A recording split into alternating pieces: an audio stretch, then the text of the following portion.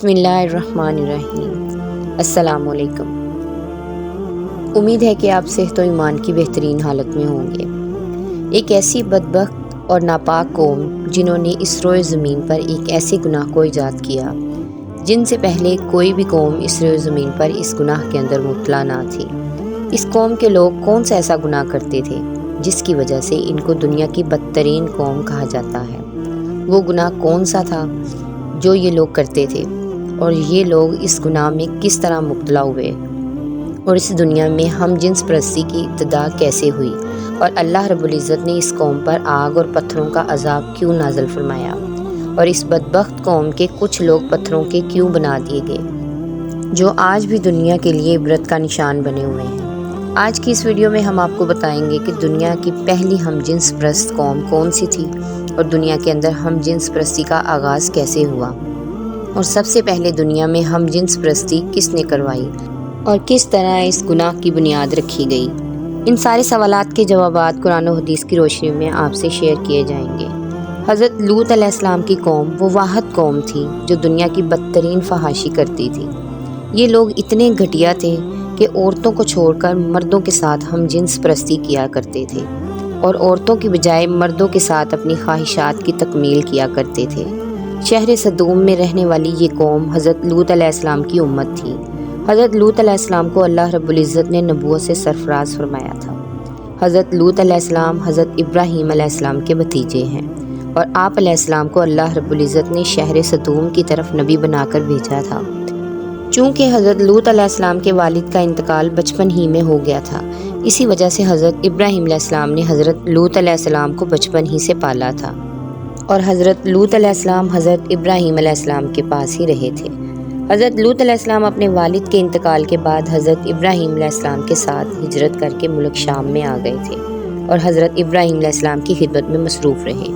حضرت لوط علیہ السلام نے چونکہ حضرت ابراہیم علیہ السلام کی بہت زیادہ خدمت کی،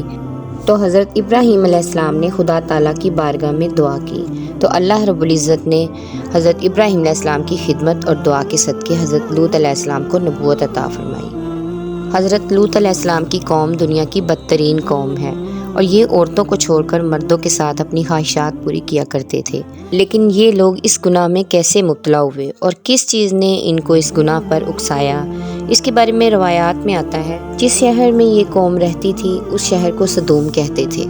شہر صدوم ایک ایسا علاقہ تھا جہاں پر اللہ رب العزت کا خاص کرم تھا۔ یہاں پر سرسبز و شاداب باغات اور ہر طرف لہلہاتے کھیت تھے۔ اس علاقے میں پھلوں اور اناج کی بے شمار پیداوار ہوتی تھی۔ شہر صدوم کا یہ علاقہ ہر لحاظ سے خوشحال تھا۔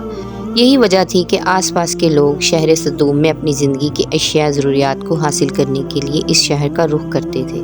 لیکن شہر صدوم میں رہنے والے لوگوں کو یہ بات بالکل بھی ہضم نہ ہوئی۔ ان کا خیال یہ تھا کہ شہر صدوم میں پیدا ہونے والے اناج اور غلوں پر صرف انہی کا حق ہے، اسی لیے قوم لوط آس پاس کے آنے والے لوگوں سے بہت تنگ تھی۔ ایک دن قوم لوط کے کچھ لوگ اسی بات پر جھگڑ رہے تھے کہ شیطان ایک بوڑھے آدمی کی شکل میں ان لوگوں کی مجلس میں آیا اور کہنے لگا کہ اگر تم لوگ ان مسافروں سے اپنی جان چھڑوانا چاہتے ہو تو جیسے میں کہوں ویسا کرتے جاؤ۔ چنانچہ شیطان کی یہ بات سن کر لوگ شیطان سے پوچھنے لگے کہ وہ کون سا کام ہے جس کے کرنے کی وجہ سے ہمیں ان مسافروں سے چھٹکارا ملے گا۔ تو شیطان نے کہا کہ میں تمہیں کل بتاؤں گا۔ چنانچہ کل شیطان ایک خوبصورت نوجوان لڑکے کی صورت میں ان لوگوں کے پاس آیا اور شہر صدوم کے لوگوں کو اپنی طرف مائل کرنے لگا، یہاں تک کہ شہر صدوم کے لوگ اس لڑکے کی طرف مائل ہو گئے اور اس خوبصورت لڑکے کے ساتھ زنا کر بیٹھے۔ اس بدکاری کے بعد شیطان نے ان لوگوں سے کہا کہ اگر تم لوگ آنے جانے والے مسافروں سے اپنی جان چھڑوانا چاہتے ہو تو تم لوگ ہر آنے جانے والے مسافر کے ساتھ یہی بدفعلی کیا کرو۔ جب تم لوگ ہر آنے والے مسافر کے ساتھ یہ بدفعلی کیا کرو گے تو کوئی بھی مسافر تمہارے علاقے میں داخل نہ ہوگا۔ اس طرح شیطان نے سب سے پہلے اس قوم سے بدفعلی کروائی، اور اس گناہ کا اس قوم کو ایسا چسکا لگا کہ وہ اس گناہ کے عادی بن گئے، اور نوبت یہاں تک پہنچ گئی کہ لوگ عورتوں کو چھوڑ کر مردوں کے ساتھ اپنی جنسی تعلقات قائم کرنے لگے اور اپنی خواہشات پوری کرنے لگے۔ یہ گناہ شہر صدوم کے اندر اس قدر عام ہو گیا کہ ہر گھر میں یہ گناہ ہونے لگا، اور کوئی بھی محفل اس گناہ سے خالی نہ ہوتی۔ ادھر جب حضرت لوط علیہ السلام کو اپنی قوم کے اس فعل کا پتہ چلا تو حضرت لوط علیہ السلام بہت غمگین ہوئے اور حضرت لوط علیہ السلام نے اپنی قوم کو اللہ رب العزت کے عذاب سے ڈرایا اور اس گناہ سے منع کیا، جیسا کہ قرآن پاک میں ارشاد باری تعالیٰ ہے، اور کیا وہ بے حیائی کرتے ہو جو تم سے پہلے جہاں میں کسی نے نہ کی؟ تم مردوں کے پاس شہوت سے جاتے ہو عورتوں کو چھوڑ کر، بلکہ تم لوگ حد سے گزرے ہوئے ہو۔ یہ بدبخت قوم اس گناہ کے اندر اس قدر مبتلا ہو گئی کہ حد سے زیادہ بڑھ گئی۔ حضرت لوط علیہ السلام نے اپنی قوم کو بارہا دفعہ سمجھایا، لیکن یہ قوم اس گناہ سے باز نہ آئی۔ قرآن پاک میں اللہ رب العزت ارشاد فرماتے ہیں، اور لوط کا ذکر کر جب کہ اس نے اپنی قوم سے کہا کہ کیا باوجود دیکھنے بہالنے کے پھر بھی تم بدکاری کرتے ہو؟ یہ کیا بات ہے کہ تم عورتوں کو چھوڑ کر مردوں کے پاس شہوت سے آتے ہو؟ حق یہ ہے کہ تم بڑی ہی نادانی کر رہے ہو۔ اللہ رب العزت نے اس قوم کی قبیح خصلتوں کا جتنا ذکر کیا ہے کسی اور قوم کا نہیں کیا۔ انہیں کافر، مجرم، جاہل اور حد سے بڑھنے والے کہا گیا، کہیں فضول خرچی کرنے والے اور فاسق کہا گیا۔ ارشاد باری تعالیٰ ہے، قوم لوط نے پیغمبروں کو جھٹلایا، جبکہ ان کے بھائی لوط نے ان سے کہا کہ تم اللہ رب العزت کا خوف نہیں رکھتے؟ میں بلا شبہ تمہاری طرف امانت والا پیغمبر ہوں، اللہ سے ڈرو، میری اطاعت کرو، اور اس کام پر میں تم سے کوئی اجرت اور مزدوری نہیں چاہتا۔ میرا اجر تو صرف اور صرف جہانوں کو پالنے والے کے ذمے ہے۔ جب حضرت لوط علیہ السلام اس قوم کو اس گناہ سے منع کرتے تو یہ لوگ حضرت لوط علیہ السلام کو برا بھلا کہتے، اور نوبت یہاں تک آ پہنچی کہ حضرت لوط علیہ السلام کو اس شہر سے نکالے جانے کی دھمکیاں دینے لگے، جیسا کہ ارشاد باری تعالیٰ ہے، اور اس کی قوم کا کچھ جواب نہ تھا مگر یہی کہ ان کا کہنا تھا کہ اپنی بستی سے نکال دو، یہ لوگ پاکیزگی چاہتے ہیں۔ اس طرح جب یہ قوم حد سے زیادہ بڑھ گئی اور حضرت لوط علیہ السلام کو دھمکانے لگی، اور ساتھ ہی حضرت لوط علیہ السلام کو یہ کہنے لگی کہ اگر اللہ تبارک تعالیٰ کے سچے نبی ہو تو ہم پر وہ عذاب لے آؤ جس عذاب سے تم ہم کو ڈراتے ہو، اور اس طرح سے اس بدبخت قوم نے خود ہی اللہ رب العزت کے دردناک عذاب کو طلب کیا۔ جب حضرت لوط علیہ السلام کی قوم اس بدفعلی کی وجہ سے قابل ہدایت نہ رہی تو اللہ رب العزت کی طرف سے دردناک عذاب آ گیا۔ چنانچہ حضرت جبرائیل علیہ السلام فرشتوں کے ہمراہ خوبصورت نوجوان لڑکوں کی صورت میں مہمان بن کر حضرت لوط علیہ السلام کے گھر میں تشریف لائے۔ ادھر جب حضرت لوط علیہ السلام نے ان خوبصورت اور نوجوان مہمانوں کو دیکھا تو حضرت لوط علیہ السلام بہت فکر مند ہوئے،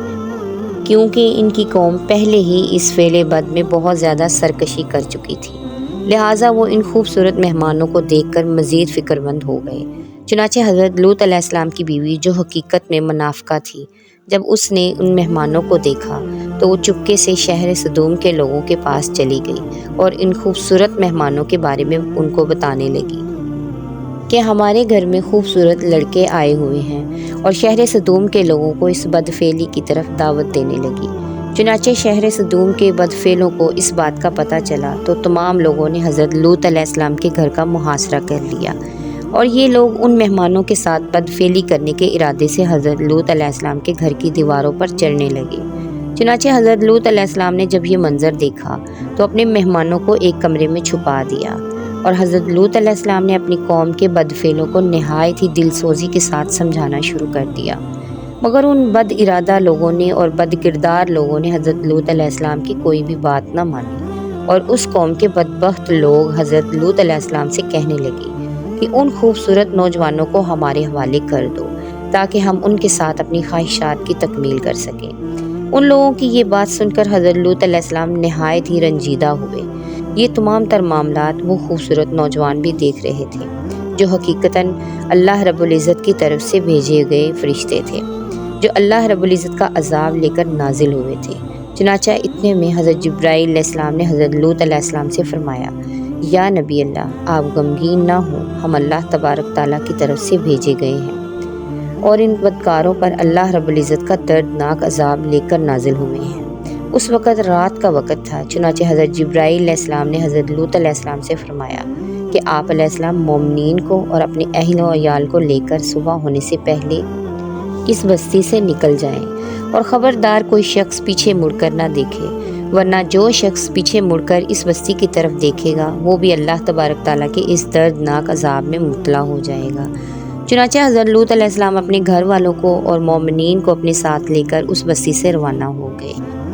اس کے بعد حضرت جبرائیل علیہ السلام اس شہر کی 5 بستیوں کو اپنے پروں پر لے کر آسمان کی طرف بلند ہوئے اور کچھ اوپر جا کر ان 5 بستیوں کو زمین پر الٹ دیا، اور پھر اس کے بعد اللہ رب العزت نے اس بدبخت قوم پر پتھروں اور آگ کی بارش برسا دی،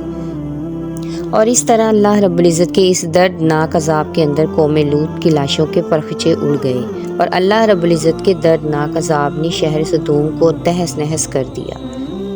اسی دوران جب یہ اللہ رب العزت کا دردناک عذاب نازل ہو رہا تھا تو حضرت لوط علیہ السلام کی بیوی، جو کہ حقیقت میں منافقہ تھی اور قوم لوط کے بدکار لوگوں سے محبت کرنے والی تھی، اس نے اچانک مڑ کر پیچھے دیکھا تو وہ بھی اللہ رب العزت کے اس دردناک عذاب کے اندر مبتلا ہو گئی، اور وہ ایک پتھر کے مجسمے میں تبدیل ہو گئی اور اپنے انجام کو پہنچ گئی۔ اس طرح دنیا میں ہم جنس پرستی کی ابتدا ہوئی، اور اس طرح اللہ رب العزت نے دنیا کی سب سے بدکار قوم کو دنیا کے لیے عبرت کا نشان بنا دیا اور ان پر اپنا دردناک عذاب نازل فرمایا اور شہر صدوم کے لوگوں کو صفا ہستی سے مٹا دیا۔